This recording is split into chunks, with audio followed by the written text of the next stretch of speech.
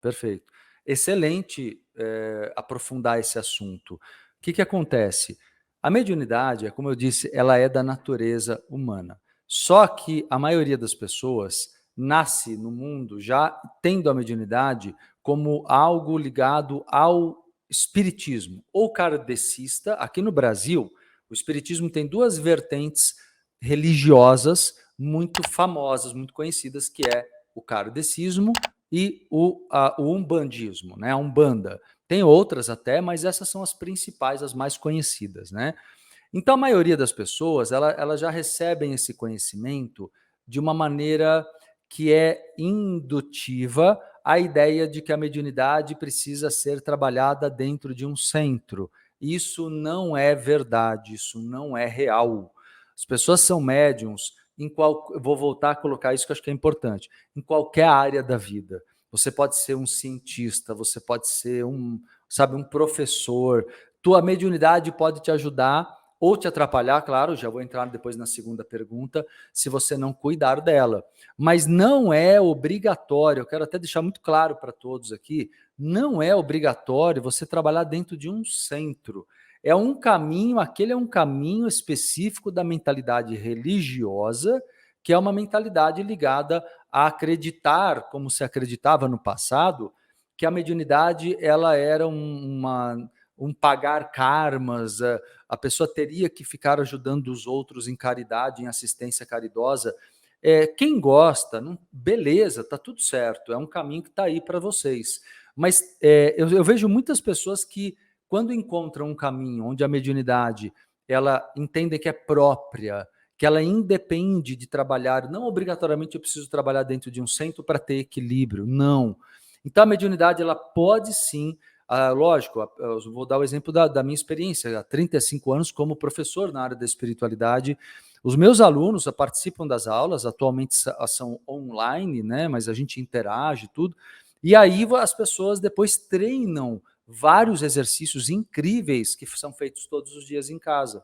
Então, assim, dá para trabalhar autodefesa energética, que são os primeiros passos, autodefesa, autopurificação, autorrevitalização, e a partir daí ela pode desenvolver telepatia, clarividência, clareaudiência, viagem astral, incorporação consciente, vários outros dons.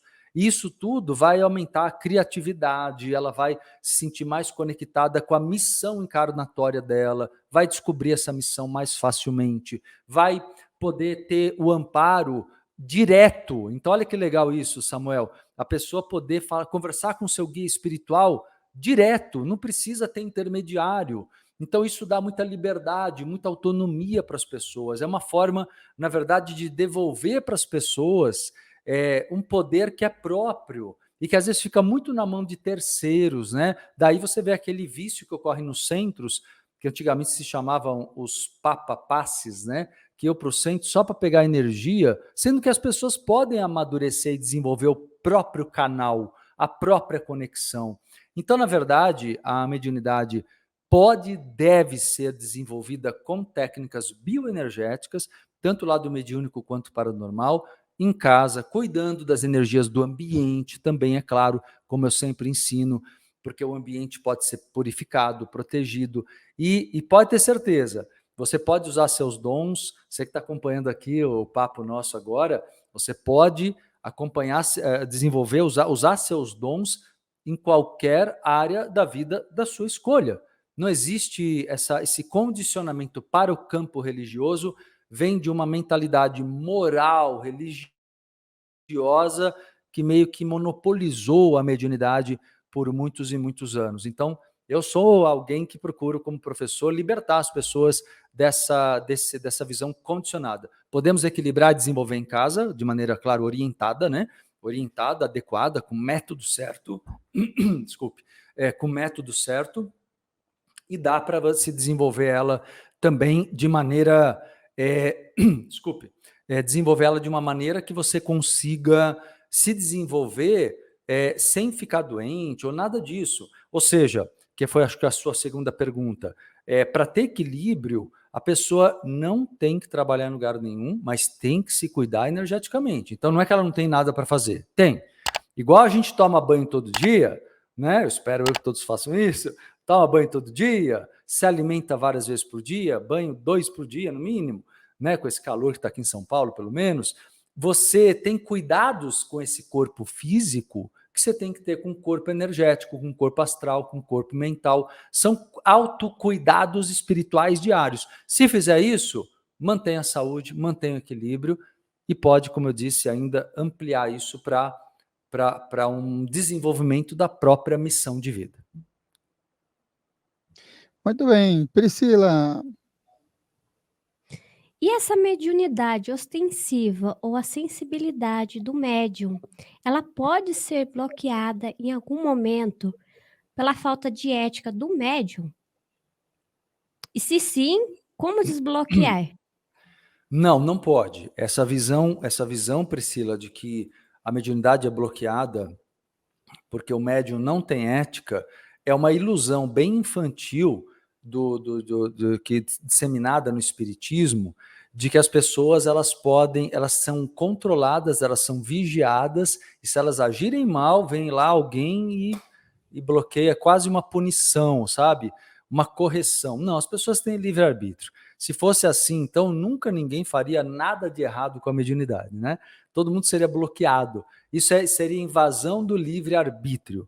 Então, nenhuma mediunidade é bloqueada por ninguém porque ela é mal utilizada. Infelizmente, as pessoas, assim como elas podem ser obsessivas, né, e nem nunca saberem que são médiums, né? Quantas pessoas na vida agem de maneira desonesta ou criminosa e elas também são médiums.